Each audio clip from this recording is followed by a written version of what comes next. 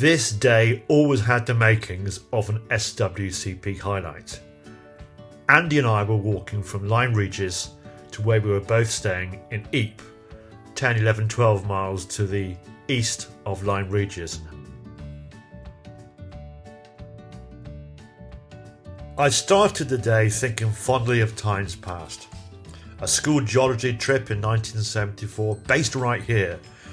Once a field centre, fairly grim I seem to remember, now, quite rightly so, a boat building academy.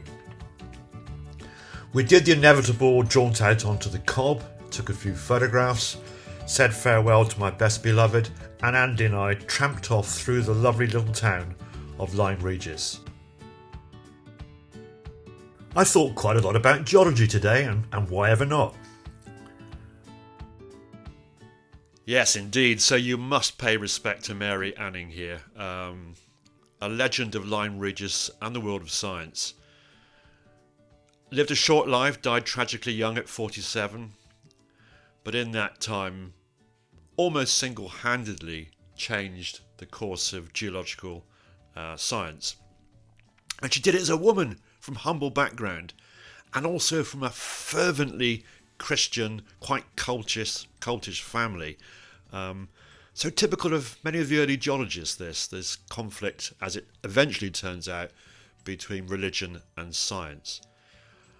A marvellous collector of fossils on the Dorset coast, and ran a little shop to sell these, a little business. But it's a contribution to science that really sings out. Odd in many respects that she, like many others, discovered the evidence and put together the evidence that led to the questioning of the way in which the world worked. And she was doing this some decades before Charles Darwin produced his monumental work in the 1860s on the origin of species and the theory of evolution by natural selection. So a tremendous place to think about the subject that I spent so many years teaching and enjoy still. Mary, all my respects to you, and I'm so pleased that you're now getting the recognition that in your lifetime you never really got, despite the championing of Henry de la Beche, the first ever director of the nation's geological survey. On we walked towards Charmouth.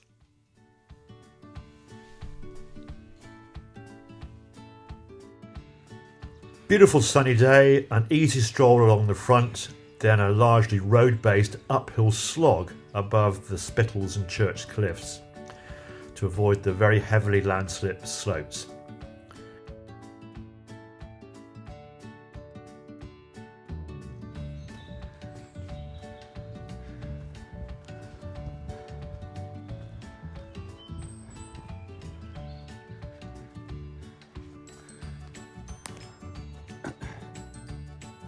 After Timber Hill, we had a bit of a detour on the roads before we descended into Charmouth and a coffee stop on Sarah Steps.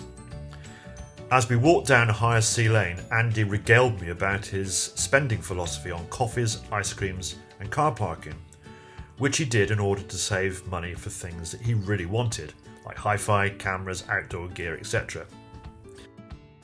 And I enjoyed listening to his thoughts very much indeed. And that's what this coastal path walking is all about. You walk and you chat and listen. It's great. After a brief pause by the sea, we had a long slog up Stonebarrow Hill, a trudge up a lane, and at 80 metres, we were told reliably by the owner of High View, he said you've only got another 60 metres of climb before you get to the top. Thanks, mate.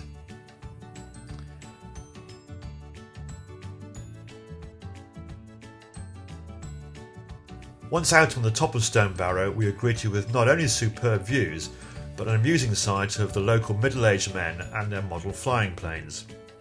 I think I interfered a little with their aerial activities, but they seemed oblivious. Looked like fun to me.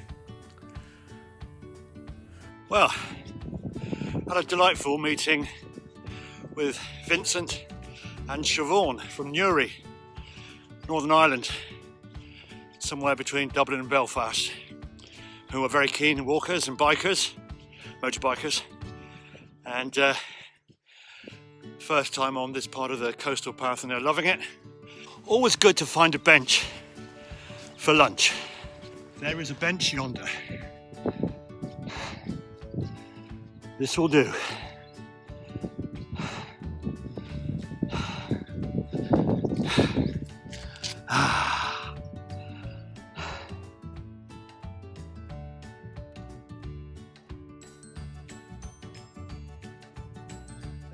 Completely lost sight of Andy. He's absolutely muddling it ahead. Unless he's fallen by the wayside somewhere, which I do hope not. And I can now see the path winding up that monster behind. Again, it probably won't look that bloody enormous to us on the TV screen, but trust me, that's something to behold when you're low down and have yet to go up it. And I really can't wait to start going up. I'll be pretty glad when it's over probably, but just sense of achievement. Dead ahead, very close to that first shoulder in the ascent, is Andy. He's spearheading the assault on Golden Cap, and I think that's right and proper. So I'm going to very much follow in his footsteps. We've come from Lyme Regis. Dead ahead and up ahead, very much up. Looks like the north face of the Eiger from down here is Golden Cap, and Andy is well up it already. Still descending into St. Gabriel's Valley, or mouth. So this could be the low point here. So I think from here on in, across this lovely little wooden bridge, lovely feature of the southwest coast path are the little bridges across the streams and brooks and rivers that flow down to the sea. So silly little stream in a whacking great big valley, but this is no time for geography lessons. Hang about, it's always time for a geography lesson. So a tiny little underpowered stream in a massive valley, a testament to mighty forces in times past. I'm probably going to shut my trap for a while now because the climb is on.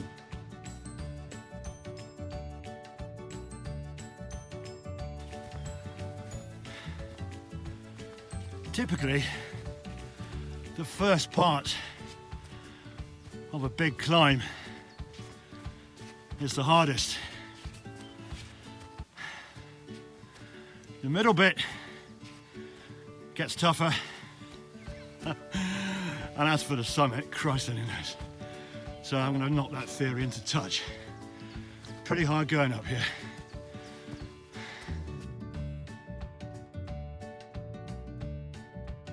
He's definitely, I don't think he's walking up Golden Cap. I really don't think he's actually walking up. I think he's being drawn magnetically to the mother lode of the southwest coast path for us. The point at which the divine inspiration came in 2019, the winter thereof, where we sowed the seeds. How many more metaphors can I mix into this for this odyssey? Well, there's another one that we're now on this long and winding stairway to Bournemouth. We're near the top of Golden Cap. Andy quite rightly is leading the way. I'm slipstreaming. Nailed it! Golden Cap. Not quite the trig point yet, which is the absolute proper job. But there you go.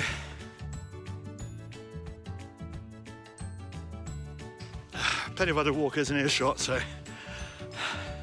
I'm fairly shameless with my commentaries. I don't care if they think I'm a dick. I think I'm a dick. But just the views alone are worth it. And that, to be honest, wasn't that bad a hack up. And here it is. This is it. the highest point on the south coast of England. 191 metres, but we're doing it in imperial because it sounds more. 626 feet.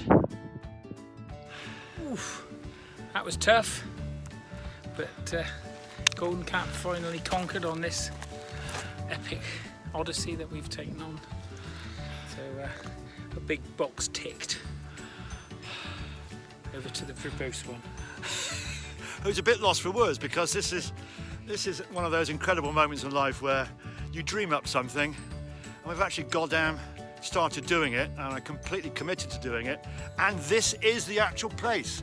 This trig point here is where we were musing over walking along the coast and looking at the immediate surrounds and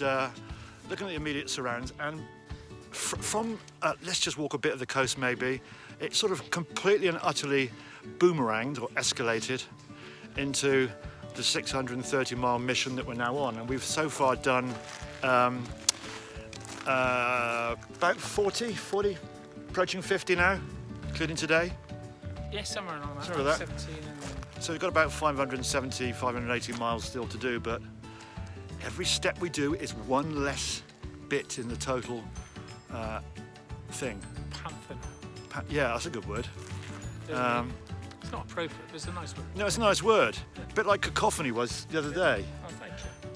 And just to give you a sense of the loftiness of up here, that's the coast we've got to walk over to get home. Oh, you're pointing at me, sorry. This is where the nugget of the idea was planted. If you plant a nugget, you normally find a nugget. Maybe the seed of the idea was planted. We started talking about it at the other side of this field. We walked across this field. We had about 5 foot of corn on this right-hand side. Walked through that little lane of outcrop of vegetation, and then up across the field. And by the time we'd got to Golden Cap, it was a fully formed idea that we should look into this odyssey that we are now partaking in.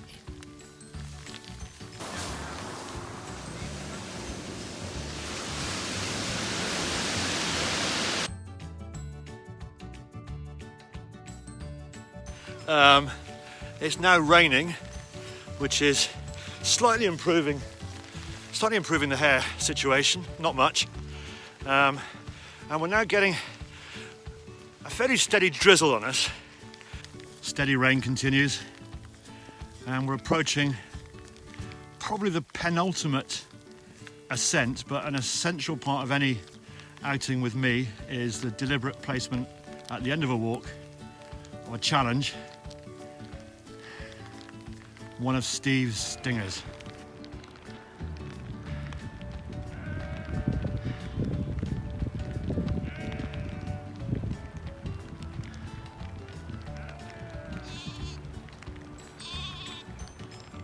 The welcome home marker for us.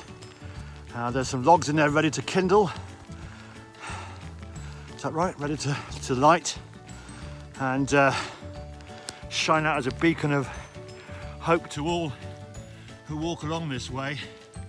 So anybody who takes on the Southwest Coast Path has our complete respect. Altogether today we walked just under 12 miles, around 11 of which were directly on the Southwest Coast Path. Hot and sunny to start off with, it turned to heavy drizzle by the end. In fact, it kept raining throughout the night. Classic Jurassic coastline, towering cliffs, huge landslips, round about a surprising 3,000 foot of ascent done, and a lot of calories burnt up.